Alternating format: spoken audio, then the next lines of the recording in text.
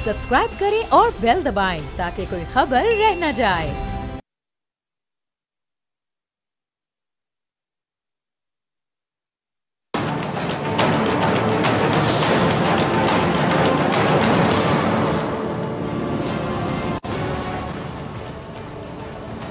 अस्सलामुअलैकुम, मैं हूं डॉक्टर फिजा और मैं हूं पाकिस्तान। रोशनियों के शहर में जराइम के अंधेरे, अंदरूनी सिंध में डाकुओं के डेरे। वक्त की जरूरत, मज़ाहमत नहीं मुफाहमत, गलत फैसले किसकी सियासत ले डूबे। प्रोग्राम का मैं आगाज करूंगी आज की पहली खबर के। सदर मुमलिकत आसिफ अली जरदारी साहब ने कराची और जो कच्चे के इलाके हैं वहां पे डाकुओं के खिलाफ सख्त कार्रवाई का हुक्म दे दिया है, जो कि बड़ी अच्छी बात है। कराची की अगर मैं बात करूं तो कहने को तो कराची पाकिस्तान का मौशी हब है, लेकिन अब जितने ज्यादा स्ट्रीट क्राइम्स वहां पर हो रहे हैं, बढ़ रहे हैं, उससे मैं कहने पर मजबूर हूं, ऐसा लगता है कि अब कराची की पहचान डील हो गई है। अब ये रोशनियों का शहर नहीं रहा है, क्योंकि जराइम के अंधेरों में डूबा हुआ शहर बनता जा रहा है। ये मौशी हब है, लेकिन इससे ज्यादा ये स्ट्रीट क्राइम्स का हब बन चुका है। और ओवरऑल अगर सूबा सिंध की बात करूं तो हालात अंधेर नगरी चौपट राज वाले हैं। दारुल हुकूमत कराची के रहने वाले स्ट्रीट क्राइम्स के निशाने पर हैं। जो जब चाहता है, जहां चाहते हैं, अवाम को, ये स्ट्रीट क्रिमिनल्स जो हैं, ये अवाम को लूट लेते हैं। और अवाम बेचारी जो स्ट्रीट क्राइम्स की भीड़ चढ़ती है, आए दिन हम देखते हैं कि परेशान है। लुटेरे क्या करते हैं कि माल के साथ साथ जान भी ले लेते हैं। और अंदरूने सिंध का जो दुखड़ा है वो मैं आपको क्या सुनाऊं। वहां तो डाकू राज लगा हुआ है। स्ट्रीट क्राइम में मुलविस अफराद फिर अपना चेहरा छुपा लेते हैं, लेकिन कच्चे के जो डाकू हैं ये चेहरा भी छुपाने की जहमत नहीं करते, बल्कि सोशल मीडिया पर वीडियोस बनाकर अपने जराइम को फखरिया अंदाज में, बयान में पेश करते हैं। जिन लोगों को अगवा करके लेकर जाते हैं उन पर ये तशद्दुद की वीडियोस बनाते हैं, फिर उनको खुद शेयर करके वायरल करते हैं, तावान का मुतालिबा करते हैं धड़ल्ले के साथ। और फिर हमारे कानून नाफिज करने वाले फिर भी इन्हें गिरफ्तार नहीं कर पाते हैं, लेकिन काम कर रहे हैं, अपना काम कर रहे हैं। अब सदर आसिफ अली जरदारी साहब ने इस मामले का नोटिस लिया है और बहुत अच्छी बात है, क्योंकि नोटिस लेना अशद जरूरत ही बनता था। 2008 से पीपल्स पार्टी मुसलसल सिंध पर हुक्मरानी कर रही है। कराची में अहम इजलास में पुलिस, रेंजर्स और हुकूमत सिंध को कहा है कि जी मामला जो है वो हल होना चाहिए। और जरदारी साहब ने वज़ीर आला सिंध सैयद मुराद अली शाह को बाकायदा हिदायत जारी कर दी है कि कराची में जो स्ट्रीट क्रिमिनल्स हैं, कच्चे के इलाके में डाकू हैं, मुनशियात फरोश हैं, उनके खिलाफ बड़े पैमाने पर ऑपरेशन शुरू किया जाए। अच्छा, कराची सेफ सिटी मनसूबा जो है उसको भी जंगी बुनियादों पर मुकम्मल करने की सदर साहब ने हिदायत कर दी है। और कराची में जो जराइम की रोकथाम है उसके लिए आपको पता है जो सेफ सिटी मनसूबा है वो ऑलरेडी बड़ा अहम है, उसको बड़ी अहमियत हासिल है। लेकिन पता नहीं कि जो मनसूबा है इतनी ताखीर का शिकार आखिर हुआ क्यों है, इतना वक्त क्यों ज़ाया हुआ। अब देखते हैं कि चूँकि सदर ममलिकत जरदारी साहब के नोटिस के बाद उम्मीद तो है कि काम होगा और होता नज़र आएगा, या फिर कागज़ों में सब अच्छा की रिपोर्ट दे दी जाएगी, देखते हैं। अच्छा, सदर साहब का ये भी कहना दुरुस्त है, बड़ा सही है कि जो जराइम पेशा अफराद हैं और जो डाकू हैं, इनके खात्मे के लिए एक ऑपरेशन की बड़ी ज़रूरत है। ऑपरेशन क्लीन अप बहुत ज़रूरी है। लेकिन यहाँ भी वही सवाल कि देखते हैं कि कराची में जो स्ट्रीट क्राइम्स हैं, ये आखिर पहला सवाल है बड़े क्यों, और कच्चे का जो इलाका है वो डाकुओं की जागीर बन कैसे गया, ये शुरू कैसे हुआ, कंट्रोल क्यों नहीं हुआ, यहाँ तक आया क्यों। अब जहाँ तक बात है कराची की, तो मेरी नज़र में अगर मैं कराची की बात करूँ, वहाँ पर जो स्ट्रीट क्राइम्स बढ़ने की वजूहात या बहुत बड़ी बड़ी वजूहात हैं वो काफ़ी ज़्यादा हैं। आप जानते हैं कि कराची को मिनी पाकिस्तान कहा जाता है, क्योंकि यहाँ पर चारों सूबों गिलगित बल्तिस्तान और आज़ाद कश्मीर से जो ताल्लुक़ रखने वाले अफराद हैं वो वहाँ पे रहते हैं, रोज़गार कमाने आते हैं।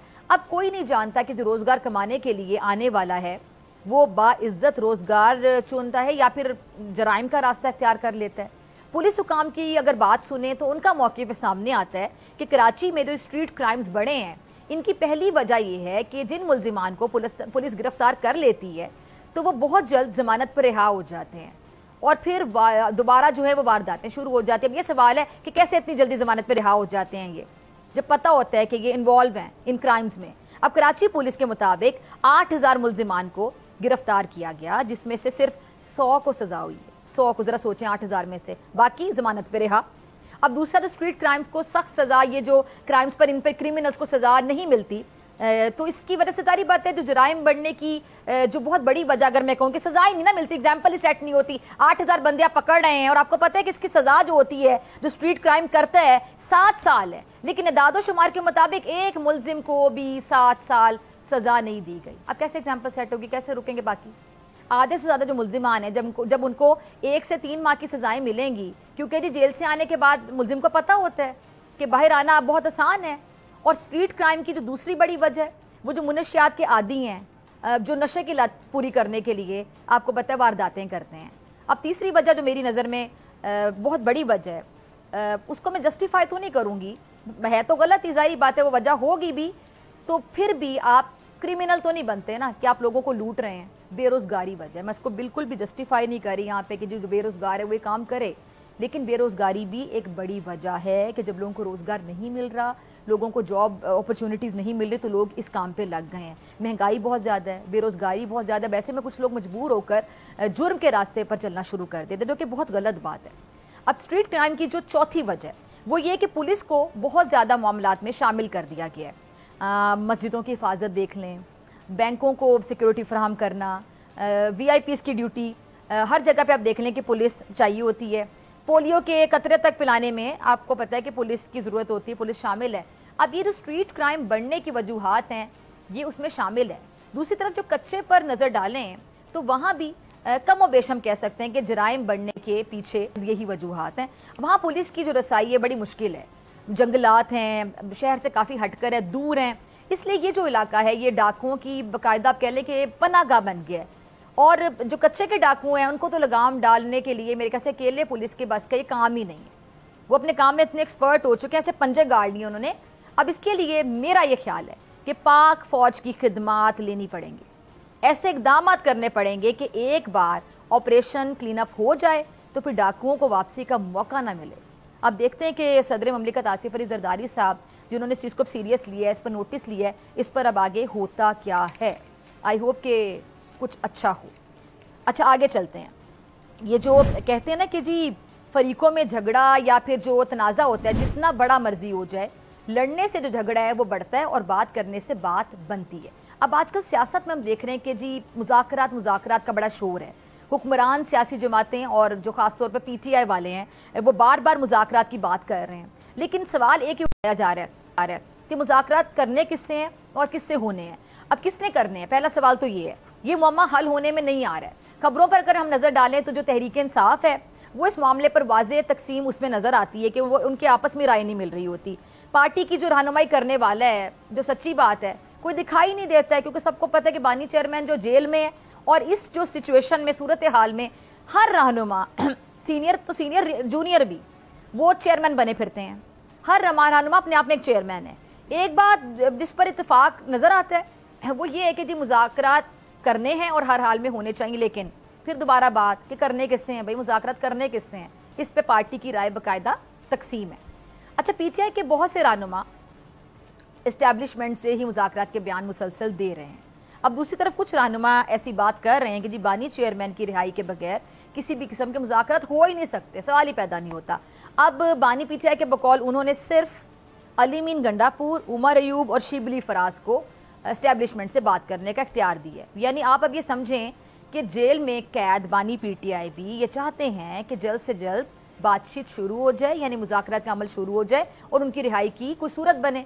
लेकिन इससे बिल्कुल उलट बयान दिया है तहरीक इंसाफ के नए नवेले कह लें आरजी चेयरमैन साहब, जिनकी तस्वीर भी आप देख रहे हैं अभी स्क्रीन पर, बैरिस्टर गौर साहब। इन्होंने ये बयान दिए कि इनके मुताबिक PTI का अभी तक मुज़ाकरात का कोई इरादा ही नहीं है। अब कर लें बात, वो कहते इरादा ही नहीं है। गौहर खान साहब ने ये कहकर कि जी मुज़ाकरात सियासी जमातों से होने चाहिए और बानी चेयरमैन की जो बात है अगर देखा जाए तो उसको रद्द कर दिया ना। अब गोया मुज़ाकरात की बात ना हुई, कोई पिंग पोंग बॉल हो गई, एक रहनुमा इधर उछालता है, दूसरा उसको उधर उछाल देता है, मतलब गेम बना लिया इसको भी खेल बना लिया, तफरी बना लिया।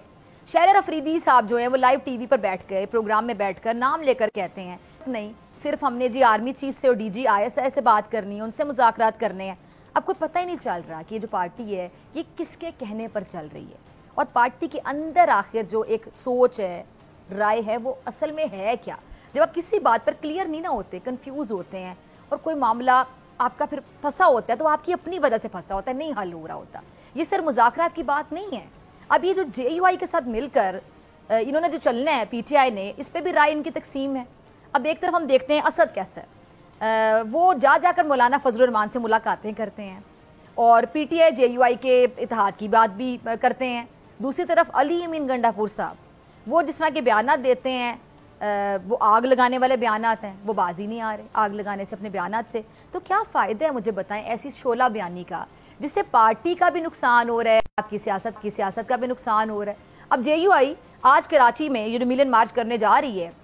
पहले ये बाकायदा इम्कान था कि जी PTI भी इस एहतजाज में शरीक होगी, लेकिन फिर गंडापुर साहब के बयान के बाद JUI ने किसी को भी एहतजाज में हिस्सादार ना बनाने का फैसला कर लिया, बल्कि ये बयान भी दे डाला है कि मिलियन मार्च में झंडा और डंडा सिर्फ JUI का ही चलेगा।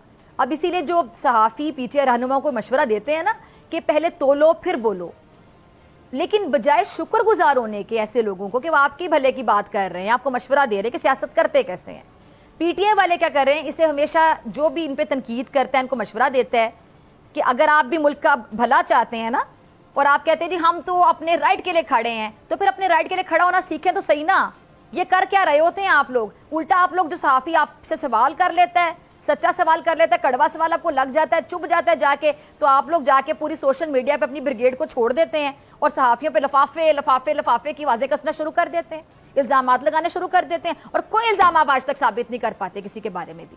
अब आप बताएं कि अगर JUI और PTI मिलकर एहतजाजी तहरीक चलाएं तो जाहिर बात है फिर हुकूमत भी इनको सीरियस ले कि वाकई अब टफ टाइम देने जा रहे हैं, जो कि कहते हैं कि हमने देना है, लेकिन PTI रहनुमाओं के जो रवैये हैं उनसे साफ लगता है, बल्कि ऐसा लगता ही नहीं है कि वो JUI के साथ मिलकर चलना भी चाहते हैं। साफ नजर आता है कि बस वाकई ऊपर ऊपर से बातें कर रहे हैं। अब दूसरी तरफ नून लीग की जो रहनुमा है वो ये कहते हैं कि PTI जो मुज़ाकरात का राग अलापने लगी है, इसके पीछे ख्वाहिश जो है वो मुकदमात से छुटकारे की है, यानी ब्लैकमेल किया जा रहा है आम अल्फाज में अगर देखा जाए, क्योंकि मुजाहमत बहुत खेल के देख ली है, बात नहीं बनी है, बानी चेयरमैन की जेल से जान नहीं छूट रही है, इसलिए अब मुज़ाकरात की बात की जा रही है और नून लीगी रहनुमाओं के इन इल्ज़ामात में वजन लगता भी है।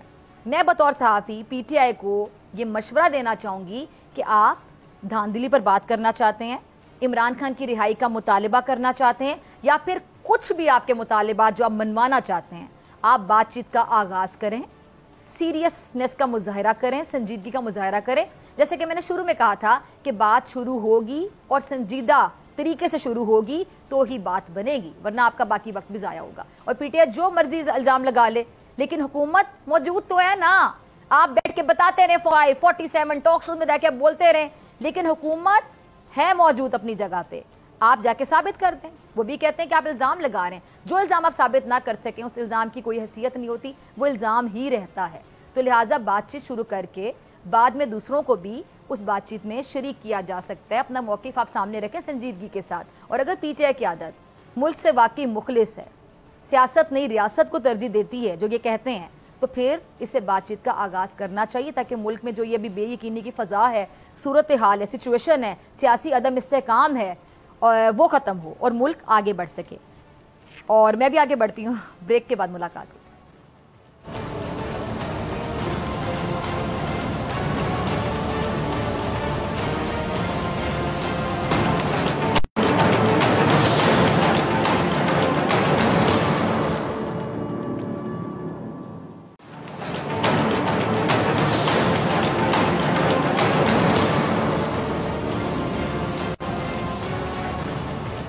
वेलकम बैक नाजरीन। जो मुल्की मईशत है उसमें बेहतरी की जो गवाही है आलमी इदारे दे रहे हैं, वैसे में अगर सियासी इस्तेहकाम आ जाए तो यकीनी तौर पे महंगाई के खात्मे की रफ्तार तेज़ तर हो सकती है। अब ये बात हमारे अपोजिशन रहनुमाओं को समझना होगी, जो इस वक्त भी एहतजाज की सदाएं बुलंद कर रहे हैं। JUI कराची में मिलियन मार्च कर रही है, तहरीक इंसाफ तहफ़्फ़ुज़ आईन तहरीक चलाने का बाकायदा ऐलान कर चुकी है। अब ये जो तहफ़्फ़ुज़ आईन तहरीक है ये इनकी जानिब से चलाई जाएगी और मौलाना साहब जो हैं वो भी अब सड़कों पर होंगे। ऐसे में फिर सियासी इस्तेहकाम जिसके साथ माशी इस्तेहकाम जुड़ा होता है, फिर उसकी सूरत हाल क्या बनती दिखाई देती है। मेरे से दोनों मेहमान मौजूद हैं। कादिर, बहुत शुक्रिया ज्वाइन करने के लिए। शौकत बसरा साहब, आपका भी बहुत शुक्रिया वक्त देने के लिए। कादिर साहब, आपकी इजाज़त में ज़रा शौकत साहब से शुरू करना चाहूँगी, बल्कि कादिर साहब मैं आपसे शुरू करना चाहूँगी क्योंकि आज बाकायदा मिलियन मार्च का आगाज़ कर दिया गया है आपके शहर से, और मौलाना साहब टफ टाइम देने आ गए हैं आपको।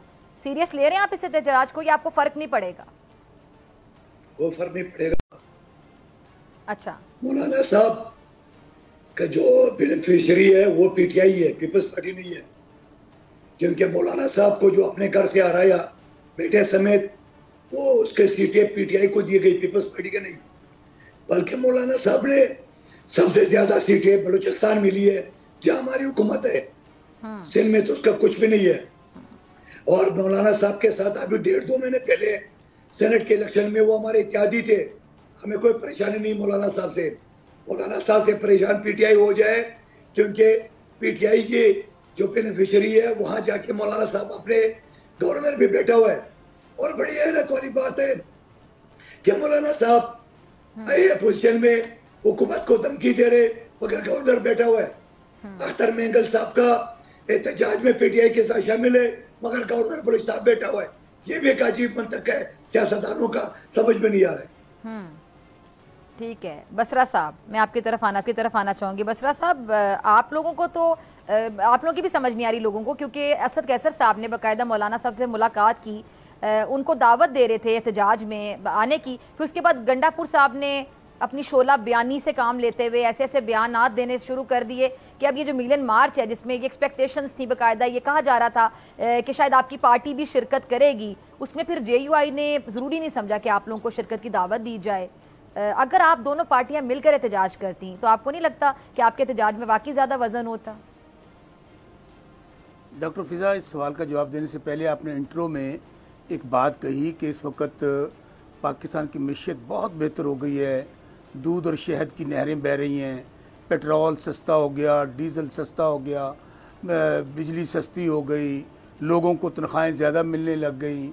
यहाँ पर इस वक्त की भी हर तरफ रिपोर्ट है, ये मेरी बात सुन तो लें, मैं मेरी गुजारिश तो सुन लें, मेरी गुजारिश कि हर तरफ जो है वो अमन ही अमन है। और सूरत हाल ये है, मैं तुमको फैक्ट्स एंड फिगर से ज़रा बता दूँ। वज़ारत ख़जाना की अपनी रिपोर्ट के मुताबिक SIFC के क़याम से अब तक, मैं वो बातें बताने लगा हूँ जो ऑन रिकॉर्ड हैं, जो खुद वज़ारत ख़जाना ने जारी की हैं, कि क्या SIFC के क़याम से अब तक 9 माह के दौरान प्राइवेट सेक्टर क्रेडिट में 54% कमी, तरक्याती अखराजात में 12% कमी, कारोबारी कंपनियों की रजिस्ट्रेशन में 1.2% कमी, बजट खसारा में 34.8% इजाफा हो गया है, जबकि शोबा ज़राअत के लिए कर्जों में 30% इजाफा हो गया है। ये है हमारा पाकिस्तान, और ये है इस वक्त जहाँ पे हर तरफ दूध और शहद की नहरें बह रही हैं। और आप चाह रहे हैं कि यहाँ पर अब जो इस्तेकाम है वो भी ना आए, आप लोग सड़कों पर हों, ताकि जो मईशत कहीं ना कहीं बेहतरी की तरफ जाए वो भी ना जाए। कौन सी, देखे बात यह है कि इस वक्त आपका किसान जो है, मुझे बड़ी खुशी होती है कि डॉक्टर फिजा आज हमारा एग्रीकल्चर कंट्री है, एग्रो पेस हमारी इकोनॉमी है, उसके ऊपर बात करती हैं। एक मिनट ठहरे, रुक जाए, यहीं पे रुक जाए। आप मेरा प्रोग्राम फिर शायद देख नहीं रहे, पहले तो बड़े शौक से देखते थे। कल भी परसों भी किसानों के हवाले से जितनी बात मैंने की है, जरा जाके यूट्यूब से खोल के देख लीजिएगा। अच्छा, मैंने बकायदा पंजाब पुलिस से मैंने फाइट किया स्क्रीन पे बैठ के, डॉक्टर फिजा मैंने फाइट किया, मैंने किसान की अहमियत बताई है। डॉक्टर फिजा, इस वक्त सूरत हाल ये है, मेक और ब्रेक का मामला है, किसान बेचारे सड़कों पे रुल रहे हैं। मैं सुनता हूँ, वो मैं सुनता हूँ, मेरी अब सुन रहे हैं। मैं भी छोटा किसानों के हक में कितनी बात की, हमारे किसान भाई हैं वो। इस वक्त सुने जंगी हालात की जरूरत है किसानों को रिलीफ देने के लिए। उल्टा ये हो रहा है कि वो पुलिस जो हमारे घर तोड़ती थी, जो हमारे घरों पर हमले करती थी, उनको आदत हो गई थी, अब किसानों के घरों पे हमले करने शुरू कर दिए हैं, उनको जेलों में बंद कर दिया है। और आज सूरत हाल ये है कि आपके पास, मैं थोड़े स्टैट्स के साथ आपको बता दूं, बहुत ज़रूरी बातें हैं। आपके पास पाकिस्तान में 46 टन गंदम मौजूद थी, आपने 36 टन गंदम इंपोर्ट की 3100 के, और उसको बेचा 4500 के हिसाब से।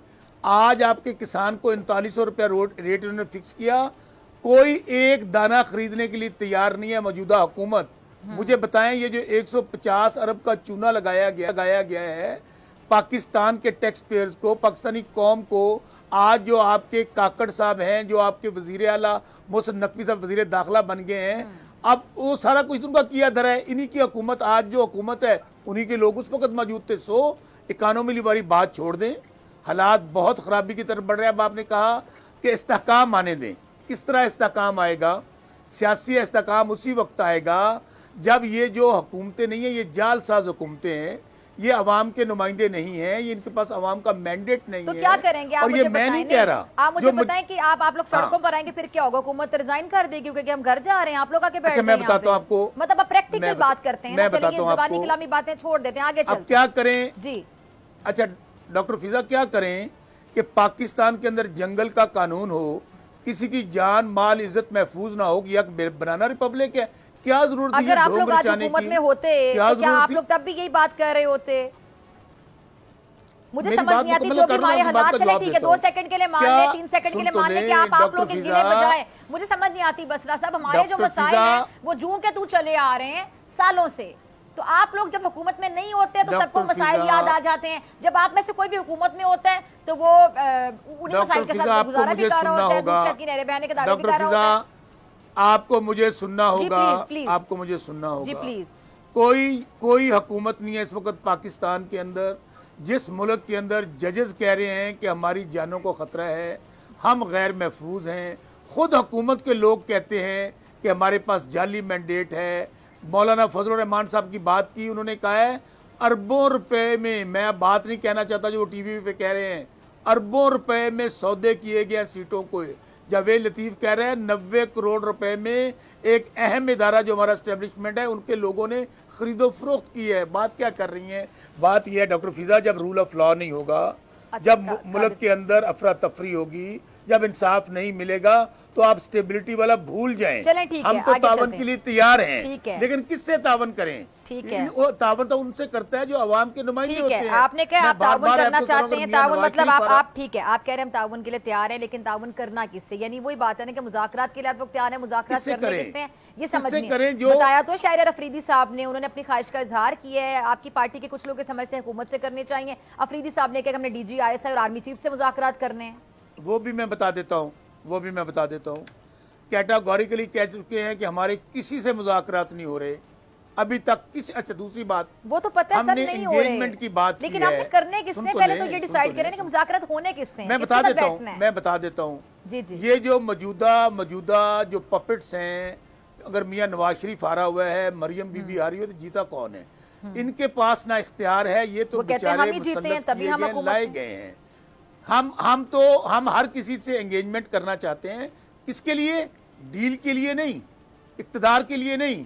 पाकिस्तान में ये जो अभी आप कह रही थी ना, अफरा तफरी है, मारा मारी है, हम चाहते हैं कि आईने पाकिस्तान पे जो रोल दिया गया है, खुदारा उस पे अमल कर लें, हर इदारा उस रोल के अंदर चला जाए। तो पाकिस्तान में अगर रूल ऑफ लॉ होगा तो ऑटोमेटिकली 76 साल आज हमें हो गए हैं, दायरों में घूम रहे हैं, दायरों में। आज भी हम ये कह रहे हैं, अभी मंदोखेल साहब मेरे भाई हैं, मुझे पता है इनके दर्द का भी, ये भी बेचारे जीते हुए थे। क्या हुआ? सिंध में MKM कह रही है हमारा मैंडेट 100% जाली है, पीपल्स पार्टी का 150% जाली है।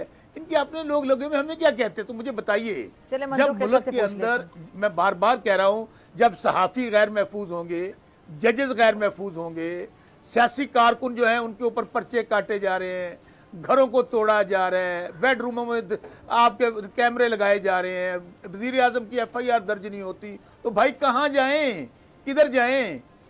बता दें आप। कादिर मंदोखेल साहब, मेरे ख्याल से मुझे सवाल पूछने की जरूरत नहीं है जी। पहली बात तो ये है कि यकीनन जो 50 अरब रुपए का फ्रॉड हुआ है, और 50 अरब रुपए का फ्रॉड हुआ है, इसकी इंक्वायरी कौन करेगा? इसकी इंक्वायरी नेब करेगा, उससे बड़े चोर। उसकी इंक्वायरी एंटी करप्शन करेगी, उससे बड़े चोर। उसकी इंक्वायरी FIA करेंगे, उससे बड़े बदनवान। और जज तो कह रहे हैं हम प्रेशर है, हम प्रेशर में फैसले करते हैं, अपने खत में लिखा है। तो इनको बताना पड़ेगा कि प्रेशर किसने दिया है। बानी PTI का तो आपने कह दिया है, मगर 4 लाख मुलाजमीन को जो आपने फैसले के खिलाफ दिया है या आगे देने वाले, वो किसने दिया है? सवाल ये डॉक्टर फिजा जी जी, जो मोहतरम मेरा माफ कीजिए, मैं मजदूर उनके साथ 3 दिन सफर में था पिंडी तक, लाख बार मजदूरों के साथ, इस वजह से मेरा गला दबा हुआ है कि मेरे सीट के इस बशोकत बसरा साहब को पता है कि पूरे पाकिस्तान का मुखबर खास कौन है? मुस्तफा कमाल। हर आदमी इलेक्शन से पहले कहता था ये तो नहीं मिल सकती थी, मुखबर खास है, वो मुखबर खास को दे दिया। इसमें पीपल्स पार्टी का क्या कसूर? सारी बातें अगले ने जो बंदर बांटना था। अब मौलाना साहब की बात कर ले। मौलाना साहब अपने सूबे से आ चुके थे, वापिस चीन से उसने MNA बने, बेटा आ चुका है, और मेरे आबाई इलाके जोब से शहीद उस्मान काकड़ के बेटे फॉर्म 45-47 दोनों में जीते। 2 दिन बाद फॉर्म 47 दोबारा निकाला गया, मौलाना साहब के मैंने कुछ जिता गया। इस वक्त बलूचिस्तान असेंबली में तीसरे नंबर पे 12 MP मौलाना साहब के। हरा हुआ तो वो पुख्तनख्वा से है। तहरीक किसके खिलाफ करना चाह रहे हैं? हमारे खिलाफ नहीं, तहरीक इन्हीं के खिलाफ होगा, क्योंकि मौलाना साहब के साथ अभी हमारा इत्तेहाद हुआ है सेनेट में। इनको ये नहीं पता शौकत बसरा साहब का, मौलाना साहब का बंदूक का रुख आखिर में इन्हीं की तरफ होगा, ये याद रखना। और दूसरी बात ये पता है कि ये जो कह रहे थे हम मुज़ाकरात करेंगे, शहरियार अफरीदी ने कहा, बिल्कुल सही कहा, क्योंकि गौहर अली खान ने कहा था क्या खान साहब भी खुद मुज़ाकरात करेंगे। खान साहब तो जेल में, तो मुज़ाकरात कैसे करेंगे? अच्छा। लेकिन जेल के अंदर इनकी मुज़ाकरात हुई है जो इनकी ख्वाहिश है, मगर वो मुज़ाकरात नाकाम हो गए। फिर कल उन्होंने अली अमीन गड्डेपुर को इख्तियार दिए, वो भी नाकाम होगा। आखिर में आज उनके जो साबिक रियासत उमर ने कहा कि हम तमाम सियासी पार्टी से मुज़ाकरात करेंगे, जो सियासी पार्टियों को चोर डाकू कहते थे मजबूर होकर वापस इनके साथ मुज़ाकरात होंगे। लेकिन सवाल ये है कि जो 9 मई के हवाले से आपने लोगों को उकसाया, उनके जहन में इंतशार फैलाया, दहशतगर्दी पे आपने वर्गलाया, कोर कमांडर असला और जलाया, कोर कमांडर हाउस पेशावर के ऊपर आपने दावा बोल दिया। आज आप कोर कमांडर हाउस में काबीना समेत वहां पे इजलास कर रहे, हिदायत ले रहे। तो जो 9 मई के लोग आज भी जेलों में बंद है, उन बेचारों का क्या कसूर, जिनके सहनसाजी आपने किए, जिनको आपने दहशतगर्दी पे उकसाया। आज आप मुज़ाकरात कर रहे हैं सिर्फ इस वजह से कि आपको पता है कि नून लीग कुछ नहीं दे सकती है, पीपल्स पार्टी कुछ नहीं दे सकती है। लेकिन मैं ये भी आपको बता दूं, अच्छा, एस्टेब्लिशमेंट भी आपको कुछ नहीं दे सकती है, क्योंकि एस्टेब्लिशमेंट जो FIR कटी है वो उनका जो शोधा है उनके लवाकिन का।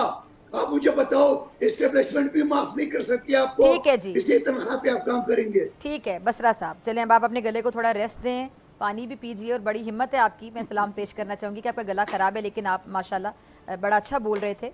अच्छा बसरा साहब, आपने मंदोखेल साहब को सुना। बसरा साहब, मुझे एक चीज़ समझ नहीं आती है कि खान साहब ही जब आप लोगों की हुकूमत थी तो अक्सर आपके मुखालिफिन तब आपको ताने देते थे कि आप लोग सिलेक्ट होकर आए हैं, और उस पर खान साहब अक्सर बताते थे कि इस्टेब्लिशमेंट का और हुकूमत का एक पेज पर होना किसी भी मुल्क के लिए बड़ा आइडियल होता है, बड़ी अच्छा होता है। बहुत लोग अग्री भी करते थे इस बात से। और फिर तब वो कहते थे कि जो आर्मी चीफ है वो कौम का बाप होता है। फिर उसी बाप के पीछे आप लोग पड़ गए। सोशल मीडिया पर हर वक्त आपकी जो एक ब्रिगेड है यंगस्टर्स की, कुछ समझ बूझ रखने वाले आपकी पार्टी में जो लोग हैं वो शायद इस चीज़ को बुरा समझते हो, लेकिन जो यंगस्टर्स हैं जिनका कोई एक्सपीरियंस नहीं है, सारा दिन वो ट्विटर खेलते हैं, तो वो वहाँ पर उसी बाप के पीछे पड़ गए। मतलब बाप का मुकाम बड़ा काबिल इज्जत होता है।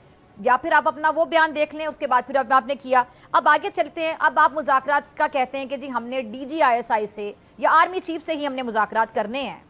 तो आपने जो हकीकी आज़ादी और पता नहीं क्या क्या, जब से आप लोग एहतजाज कर रहे हैं, आप लोग इस्टेब्लिशमेंट के खिलाफ बात करते हैं। अब आप बात भी हुकूमत से नहीं करना चाहते, बात भी आप आर्मी चीफ से करना चाहते हैं, DGISI से करना चाहते हैं। ये क्या है? ये तज़ाद है ना आपकी बातों में, बयानात में। डॉक्टर फिजा, मंदोखेल साहब और आपके दोनों के बहुत सारे सवाल इकट्ठे हो गए। मंदोखेल साहब का, आप सबसे पहले मेरे सवाल का जवाब देते, फिर मंदोखेल साहब के सवालों के जवाब। अच्छा, मैं आप दोनों के सवालात का, पहली बात तो सबसे पहले मुझे बता दें कि आर्मी चीफ कौम का बाप होता है, फिर उसी बाप के बारे में इस तरह के अल्फाज आप लोगों ने बोले सोशल मीडिया पर। सुन लें, मेरी गुजारिश सुन लें। तमाम इदारों का एहतराम हम करते थे। अगर हमारे साथ इतना ही मोहब्बत होती, इस्टेब्लिशमेंट, सुन तो लें, अगर हमारे साथ इतनी इस्टेब्लिशमेंट की मोहब्बत होती तो अभी तो आपके सामने वाजे हो गया। आप मुस्लिम लीग नून जो खुद बेचारे बार बार सब लोग कह रहे हैं कि हमें जनरल बाजवा ने कहा था कि इमरान खान को निकालो, इमरान खान के खिलाफ तहरीक अदम एतमाद लाने वाला जनरल बाजवा था। छोड़ दें इन बातों को, ये तो एक एक चीज़ बात प्रूव हो चुकी है।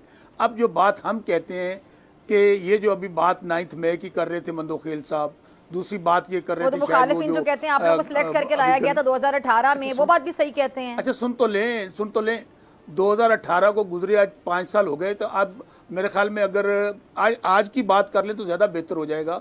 चले आपकी बात मान लेते हैं for the sake of arguments. उस वक्त जी तहरीक इंसाफ के साथ एस्टेब्लिशमेंट थी, जनरल बाजवा थे, लाया गया। आज हमें कौन लेकर आया है?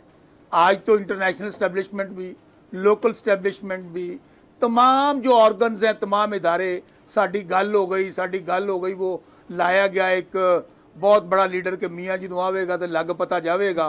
मीनारे पाकिस्तान में उससे कबूतर उड़वाए, उसका फोटो लगते लगते, वरना वजीर आजम था, आटे के थैले पे उसका फोटो लग गया।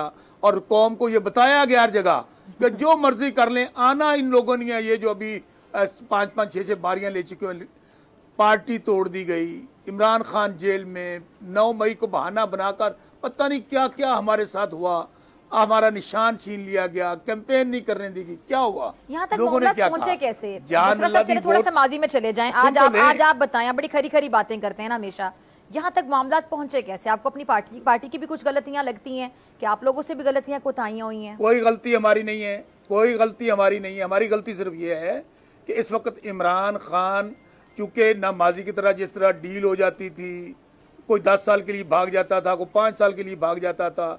इमरान खान ने कहा मर जाऊंगा, नहीं डील करूंगा, क्योंकि पूरी कौम इमरान खान के साथ खड़ी है। हमारा कसूर ये है, हम ये चाहते हैं कि पाकिस्तान में रूल ऑफ लॉ हो। अच्छा, मुज़ाकरात अगर आपके होते हैं, हमारे साथ सारा। चलें एक सवाल फिर मैं मंदो के साथ की तरफ जाऊंगी। अगर आपके मुज़ाकरात होते हैं, आगे चलते हैं ना, आगे तो जाना है तो मुज़ाकरात की बात कर लेते हैं।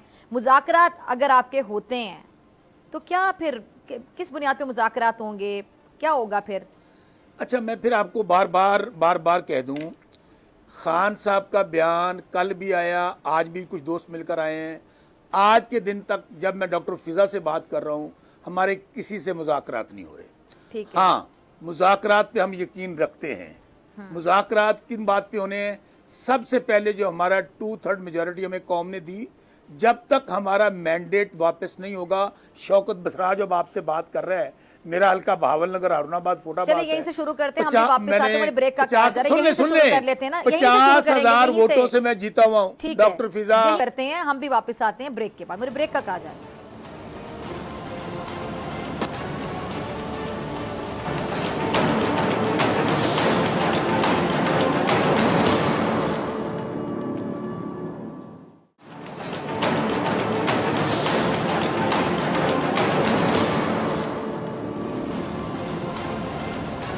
वेलकम बैक नाज़रीन। कादिर मंदोखेल साहब, ब्रेक पे मुझे जाना पड़ा था और आपके गले को भी थोड़ा सा रेस्ट मिल गया। आई होप आप ज़रा बेहतर फील कर रहे हैं। अच्छा, ये बताइए कि मंदोखेल साहब के मुज़ाकरात की बात हो रही है, हुकूमत के हवाले से बात हो रही है। आप लोगों ने भी ऑफर दी थी इन इलेक्शंस के बाद पीटीआई वालों को कि आप लोगों के साथ मिलकर हुकूमत बना लें, जिस पर पीटीआई वाले नहीं माने थे। तो आगे जाके भी ऐसी कोई सूरत हाल हो सकती है जिसके हवाले से काफ़ी ज़्यादा बातें होती रहती हैं? जी डॉक्टर फिजा, हमने तो बिल्कुल ये तो अब आ गए कि हमने ऑफर की है, क्योंकि असम्बली में सबसे ज्यादा मेजॉरिटी पार्टी यही थी। आपके सामने की बात है, या हमें तो चोर डाकू कहते थे। उसके बाद जाके आर्मी चीफ को, जो आज आर्मी चीफ ने आर्टिकल 19 की बात की है, ये इन्हीं के लिए की है। और उसके साथ साथ मैं ये भी कहना चाह रहा हूँ, इन लोगों ने किसको छोड़ा? चीफ जस्टिस को। पहले इस्लामाबाद चीफ जस्टिस के खिलाफ उन्हें प्रेस कॉन्फ्रेंस की है, उसके बाद चीफ जस्टिस सुप्रीम कोर्ट को खत लिखा, उसके बाद सोशल मीडिया में ये लोग पीछे पड़ गए।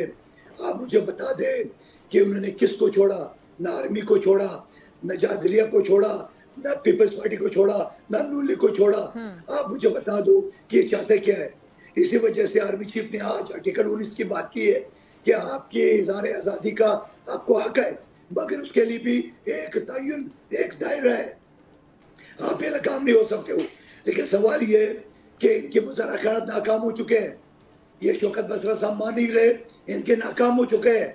अब वहां से फिर ये सियासी पार्टी की तरफ आएंगे। इनको हाल यही है, पहले दिन अगर ये पीपल्स पार्टी के साथ मिल जाते तो आज जो है कम से कम सियासी तौर पर ये मजबूत होते। इलेक्शन से पहले पीपल्स पार्टी के साथ में जाते तो सियासी तौर पर मजबूत हो जाते। मगर मैं फिर कहूंगा, मेरी बात रिकॉर्ड पे इशारा रख ले, ये घूम फिर के ये फिर पीपल्स पार्टी के पास आएंगे। अच्छा, यानी ऐसा होगा। पीपल्स पार्टी एक वाई जमात है जो आइन और जमहूरियत पे यकीन करते हैं। बसरा साहब, इनको भी अगर यही सोच है तो चलिए इस पे बसरा साहब का कमेंट लेते हैं। मंदोखेल साहब, उन्होंने वो आइन और कानून की पासदारी करके, ठीक है मंदोखेल साहब, आपने अहम बात की है, जरा इस पे बसरा साहब का कमेंट लेते हैं। बसरा साहब, मंदोखेल साहब ये फरमा रहे हैं कि ऑफर की थी आप लोगों को कि आप लोग हुकूमत बना लें पीपल्स पार्टी के साथ मिलकर, जो कि आप लोगों ने नहीं एक्सेप्ट की। वो कह रहे हैं घूम फिर कर फिर आपने पीपल्स पार्टी के पास ही जाना है, तो ये तो बड़ी बात वो कह रहे हैं। डॉक्टर फिजा, जिस किसी से भी हमारे मुज़ाकरात होंगे, एक तो वो होंगे जब तक हमारा मैंडेट जो छीना गया है, जो डाका डाला है, पीपल्स पार्टी, नून लीग, MQM, ये इनको तो सीटें बांटी गई हैं हमारी, इनसे हम तो मुज़ाकरात कर ही नहीं सकते। यही तो वो लोग हैं जिनको बेचारों को लोगों ने 50,000 कभी आप मुज़ाकरात करने बैठ जाएं उनके साथ, और फिर मैं आपके पुराना क्लिप ढूंढ रही हूं कि बात तो मेरी हमारे प्रोग्राम में कब ये बात डॉक्टर फिजा, मेरी बात तो सुन, मेरी गुजारिश तो सुन लें। बिल्कुल मुज़ाकरात नहीं करेंगे इन तीनों पार्टियों से जब तक हमारा मैंडेट वापस नहीं आता और हमारे वो लोग, इमरान खान साहब, सियासी कायदीन और जो वर्कर्स झूठे मुकदमात के अंदर बंद किए हुए जब तक रिहा नहीं होते, किसी से हमारे मुज़ाकरात नहीं होंगे। हाँ, अगर जब फिर मुज़ाकरात शुरू होंगे तो एक 1 पॉइंट एजेंडा होगा कि पाकिस्तान में रूल ऑफ लॉ 1973 के मुताबिक जो आइन है, स्टैब्लिशमेंट का जो काम है वो जाए, सरहदों की हिफाजत करे, अदलिया आज़ाद हो, जो सियासतदानों का काम है पार्लियामेंट वो करे, कोई डील नहीं। मैं फिर बार बार कह रहा हूँ, आईने पाकिस्तान के ताबे डायलॉग होंगे। और फिर मैं आपको कहूँ कि हम 2 काम करने जा रहे हैं। ये जो कह रहे हैं ना हमसे बात करेंगे, ये तो बेचारे हमें गए थे हमारे साथ हुकूमत बनाने के लिए, क्योंकि इन्होंने तो इंडिया की हुकूमत लब जे थे, जरा टोला उन काबज इंडिया की हुकूमत ले लेंगे। हमारा मामला हुकूमत करने का नहीं है हमारा। हम 2 इनसे रिक्वेस्ट करते हैं कि अगर आप लोगों ने डाका नहीं डाला हमारे मैंडेट पे, आप हुकूमत हैं, बनाए judicial commission, full court, supreme court उसको सुने और लाइव प्रोसीडिंग। दूसरा जुडिशल कमीशन बनाए। ये 9 मई सुनते हुए ना कान पक गए हैं। 1 साल हो गया है, किसी अदालत में कोई चलान नहीं गया। लाएं, उसका भी जुडिशल कमीशन बनाएं, लाइव प्रोसीडिंग। 2 जुडिशल कमीशन बना दें, फुल कोर्ट हो सुप्रीम कोर्ट का, और पूरी कौम को दिखाएं। लेकिन हम आपको बता रहे हैं ये नहीं बनाएंगे। हम लोग इंशाल्लाह खैबर पख्तूनख्वा के अंदर 2 जुडिशल कमीशन बनाने जा रहे हैं। मंदोखेल साहब मुस्कुरा रहे हैं। चलें, आखिरी 2 मिनट है। बसरा साहब आपकी बात का जरा मैं कमेंट फिर ले लूं उनसे। हाई कोर्ट मंदोखेल साहब किना कमेंट की देना है, इन्हां बेचारियां दे पल्ले कुछ नहीं है। पूछणगे पहला उन्हें बड़े घर को, दसो माई बाप हुण की करना है, पल्ले कुछ नहीं है, इन्होंने क्या करना। हाँ जी, मंदोखेल साहब टॉक शो में ये कहता है कि हम कमीशन बनवाएंगे। मैंने उस वक्त भी उनसे तारीख मांगा था। आज कमीशन सिर्फ खाओगे या कमीशन लबोगे, कमीशन बनाओगे नहीं देंगे। ठीक है, इनके पल्ले कुछ नहीं है। आज असद के सर ने कहा कि हम तमाम सियासी पार्टियों से बात करेंगे, तो बना देना कमीशन। सुन ले भाई, सुन ले। अच्छा, आज ये कह रहे कमीशन बनाए ना यार, छोड़े बातें। ਤੁਹਾਨੂੰ कमीशन लैन की आदत पै गई है, खाण की आदत पै गई है, कमीशन बनवाओ सुप्रीम कोर्ट के जजां दा। बसरा साहब चलो ने बात मुकम्मल कर। जी जी जी मंदोखेल साहब। आज असद के सर ने कहा हम सियासी पार्टियों से बात करेंगे। बसरा साहब कहते हैं जिसने हमारे खिलाफ झूठे मुकदमा बनाया 9 मई का, हम उसके साथ बात नहीं करेंगे। तो ये खुद बता दो किसने बनाया? वो पीपल्स पार्टी ने बनाया? पूछे उनसे किसने बनाया। बात ये घूम फिर के पीपल्स पार्टी के पास आएंगे। इनके पास कोई चारा नहीं है। ये सिर्फ और सिर्फ अपने इक़्तिदार के लिए अगले का सहारा ले रहे। न इक़्तिदार मिलेगा न 9 मई। चलें, ठीक है जी, चलें, ठीक है, वक्त की कमी है। ठीक है, मुझे तो आप दोनों का शुक्रिया अदा करना है, दोनों मेहमानों का। और इसी के साथ मुझे दीजिए इजाज़त। आपसे मुलाकात होगी इंशाल्लाह पीर के रोज़, सेम टाइम सेम चैनल। अगर ज़िंदगी ने वफ़ा की, दुआओं में याद रखिएगा, अपना बहुत ख्याल रखिएगा। अल्लाह ने के बाद।